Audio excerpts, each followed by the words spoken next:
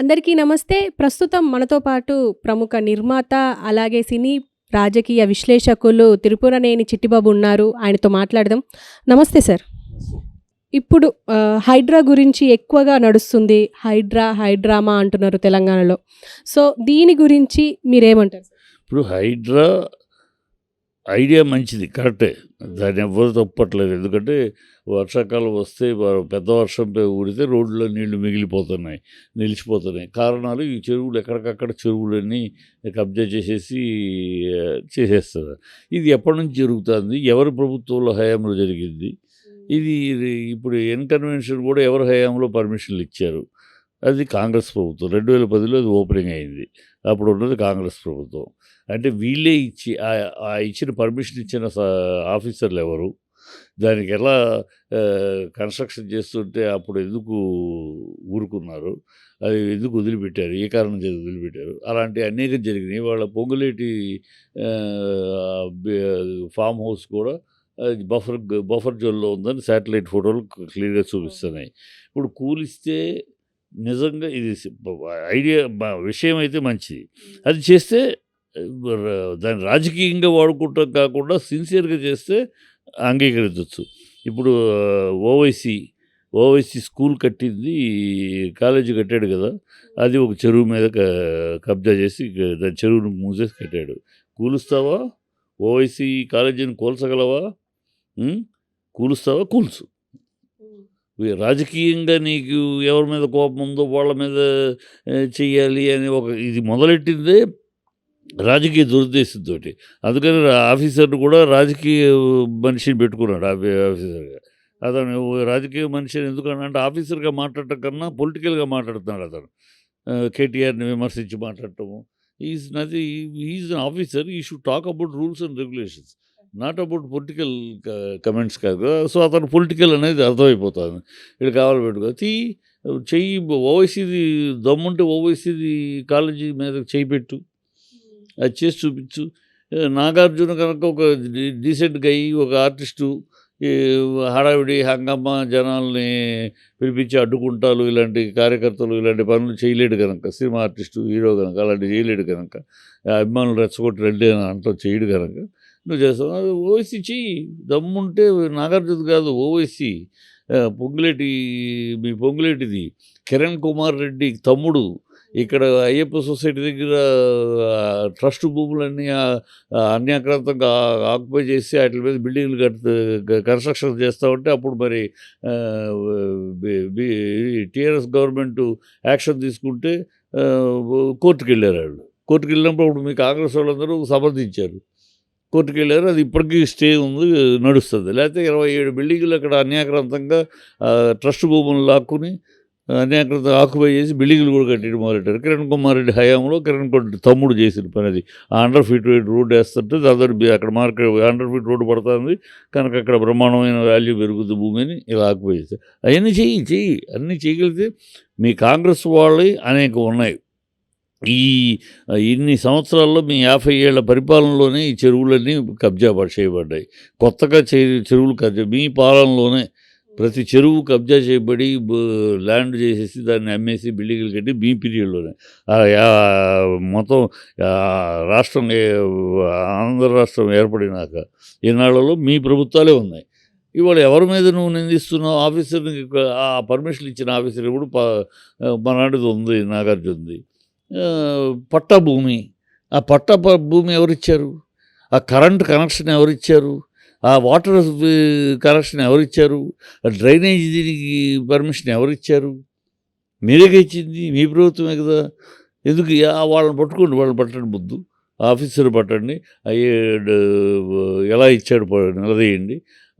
అలాగే అన్నీ కూల్చండి. అన్నీ కూలిస్తే అన్ని రాజకీయాలు మా పార్టీ వాళ్ళు, మా మనుషులు వాళ్ళది పక్కన పెట్టి ఎదురు పార్టీ వాళ్ళది మాత్రం చేస్తూ ఉంటే అది అంగీకారం కాదు. అది ఇతను ప్రజలను డైవర్ట్ చేయడానికి, ఈ ఎత్తుగడంతా ప్రజలు డైవర్ట్ చేయడానికి. వీళ్ళు విఫలమైన ప్రభుత్వం. నోటి దూల మాటలు, రౌడీ భాషలు మాట్లాడటము, స్కూల్ పిల్లల దగ్గరికి వెళ్ళి ఆ మీటింగ్లో కూడా చెప్పులు తెగేదాకా అనే భాష మాట్లాడటం పిల్లల ముందు, పార్లమెంట్లో ప్యాంట్లు పొదిస్తామా అవి పొదిస్తామని మాట్లాడటాలు, పేగులు తీసి మెడలో వేసుకుంటామంటారు, మాట వెళ్తే తోలనాడి మాట్లాడే అదే ప్రజల్ని పరిపాలన అన్నట్టు మాట్లాడుతున్న ఈ బాపతు మా నోరు తెరిస్తే ఈ భాషే రౌడీ భాషే. అది ఆ ప్రజలేమో ఈ నువ్వు పథకాల విషయాలు అన్నీ అబద్ధాలే. ఇవాళ ఇది రై రుణమాఫీ రుణమాఫీ 49 లక్షల కోట్లు పై చిలుకు చేయాల్సి వస్తే 17 లక్షల కోట్లు చేసేసి మేము మొత్తం చేసేసామన్నట్టు భ్రమ కల్పిస్తున్నారు. ఇంకా అన్ని చోట్ల ఎక్కడా జరగలేదు. దానికి లింకులు ఏదో స్పెల్లింగ్ మిస్టేకు ఇంకేదో రకరకాల కారణాలు పెట్టి తప్పిస్తారు. ఇప్పుడు అవన్నీ సరి చేస్తే మళ్ళీ మేము ఇచ్చేస్తామని మాట. 2 లక్షల పైచీలకు ఉంటేట ఏమి రుణమాఫీ నువ్వు 2 లక్షలు చేస్తాను చేసి 2 లక్షల పైచీలుకుంటే వాళ్ళు కడతారు. తర్వాత ముందు అది కట్టాలట, ఆ తర్వాత ఇస్తాడట. ఇప్పుడు ఒకడికి 2,70,000 ఉంది, వాడు 2 లక్షలు నువ్వు రుణమాఫీ 70,000 కట్టుకుంటాడు దాన్ని.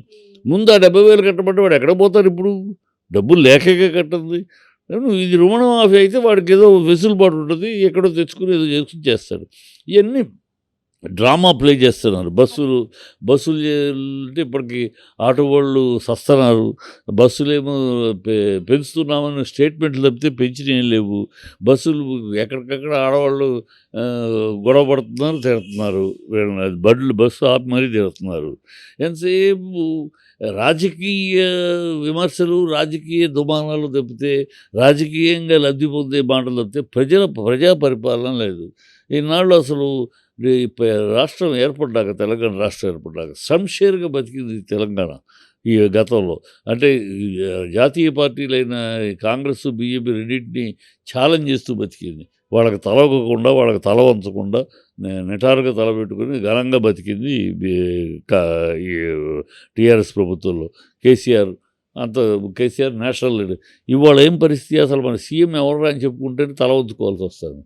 ఈయన సీఎం అని చెప్పుకుంటానికి కూడా సిగ్గుచేటుగా ఉంది. ఇవాళ మాట వెళ్తే ఢిల్లీ. అందుకనే ఎప్పుడు చెప్తాడు, ఎక్కడి తురువులు, ఎక్కడి ములుచులు, ఎక్కడి భ్రష్టులు, ఎక్కడి జస్టలు, ఎక్కడ నష్టజాతకులు ఈ కాంగీయిస్టులైన కమ్యూనిస్టులు. నాటికి నేటికి ఏ అస్థినారుపురికో తాకట్టు పెట్టి ఈ భ్రష్టులు నా జాతికి శాపం. సార్ ఇప్పుడు ఎన్ కన్వెన్షన్ గురించి మాట్లాడుకున్నాం కాబట్టి, ఈ ఎన్ కన్వెన్షన్ వల్ల నాగార్జునకి చాలా దెబ్బపడే అవకాశం ఉంది అని అంటున్నారు. ఈవెన్ ఇప్పుడు బిగ్ బాస్ 1వ తారీఖు స్టార్ట్ కావాలి, సెప్టెంబర్ 1కి. ఇప్పుడు అందులో హోస్ట్గా తీసేయాలి అని చెప్పేసి కూడా ఈవెన్ బాబు గోగినేని కూడా ఒక ట్వీట్ పెట్టారు. అంటే మీరు దీని గురించి బాబు గేగినని వాడి స్టేట్మెంట్ వాడు అసలు బిగ్ బాస్లోనే వాడి బతుకు తెలిసిపోయింది. వాడు ఏదో పెద్ద మేధావిలాగా టీవీలో ఏదో ఒకటి 2 టీవీలు వాడిని ఎంకరేజ్ చేసుకుని ఏదో చేస్తూ ఉంటారు. వాడు బిగ్ బాస్లో వాడిని ఎంటర్ అయినాక వాడి పరువు ఏంటో పోయింది. బిగ్ బాస్లో వాడి క్యారెక్టర్ ఏంటి, వాడు ఎంత దొంగనేది, వాడు ఎంత కుళ్ళుబోతు అనేది మొత్తం వీడు పెద్ద మనిషి కాదు, చిల్లర మనిషి అని బిగ్ బాస్లో తేలిపోయింది. వాడు ఇప్పుడు ఆ ఏడుపు బిగ్ బాస్లో తను పంపించేశాడు. ఇప్పుడు నాగార్జునకి దీంట్లో పోయేది 3 ఎకరాలమ్మా. మొత్తం 10 ఎకరాలు స్థలం, 3 ఎకరాలు. ఓకే, 3 ఎకరాలు వాళ్ళ దాని విలువల ప్రకారం ఒక 40 కోట్లు అన్నారు. అతనికి నాగార్జునకి 40 కోట్లు నథింగ్. అతను బ్రహ్మాండంగా సంపాదించుకున్నాడు, బ్రహ్మాండంగా సేవ్ చేసుకున్నాడు, ఎవరిని దోచుకుంది కాదు, కష్టపడి సంపాదించి జాగ్రత్త పరుచుకున్నాడు. స్థలాల మీద వాటి మీద పెట్టి పెరిగినాయి, వాల్యూస్ పెరిగినాయి. సో అతనికి ఇది పెద్ద పోతే ఒక పెద్ద ఊడిపోయింది ఏం లేదు, అతని పదానికి రావటాలే ఉండదు. కాకపోతే అక్కడ వర్కర్స్, దాన్ని నమ్ముకుని బతుకుతున్న వర్కర్స్ విషయం, దాన్ని నమ్ముకుని కన్వెన్షన్ వల్ల ఫంక్షన్ జరుగుతున్న వంట వాళ్ళు అవ్వచ్చు, మేనేజ్మెంట్ వాళ్ళు అవ్వచ్చు, ఈ ఆర్గనైజింగ్ వాళ్ళు అవ్వచ్చు, మొత్తం ఒక 400 మంది వాళ్ళకి పాపం ఇప్పుడు ఈ సీజన్ పెళ్ళిళ్ళ సీజన్. ఇప్పుడు శ్రావణ మాసం వచ్చింది, ఇప్పుడు పెళ్ళిళ్ళ సీజన్. ఈ సీజన్లో రోజు ఫంక్షన్ ఉండేది. వాళ్ళు ఈ సీజన్లోనే వాళ్ళు సంపాదించుకునేది పాప పనోళ్ళు. ఆ తర్వాత మళ్ళీ అన్ సీజన్లో వాళ్ళకి ఏముంటుంది, పని ఏముండదు, కూర్చుంటే తప్పితే. సో ఇప్పుడు ఆ సీజన్లో వాళ్ళు సంపాదించుకునే ఇది వాళ్ళ బతుకు మీద దెబ్బపడినట్టు అయింది. వాళ్ళు ఇబ్బందిగా నాగార్జునకు పోయేది పోతే పెద్ద 40 కోట్లు అనేది పెద్ద అతనికి పోతే పోయింది. నష్టమే 40 కోట్లైనా 4 కోట్లైనా నష్టమే. బట్ ఆ నష్టాన్ని భరించగలిగిన శక్తి నాగార్జునకు ఉంది. ఆ వర్కర్సే పాపం వర్కర్స్ విషయం ఇప్పుడు అతను కోర్టు కేసులో ఉందమ్మా. ఇప్పుడు నా కిరణ్ కుమార్ రెడ్డి తమ్ముడు ప్లాట్లన్నీ అయ్యప్ప సొసైటీ దగ్గర ఎందుకు పగలగొట్టట్లా? కోర్టులో కేసు ఉందని. మరి అక్కడ కోర్టులో కేసు ఉందని ఏలు పెట్టినాడు, ఇక్కడ ఎలా ఏలు పెడతారు?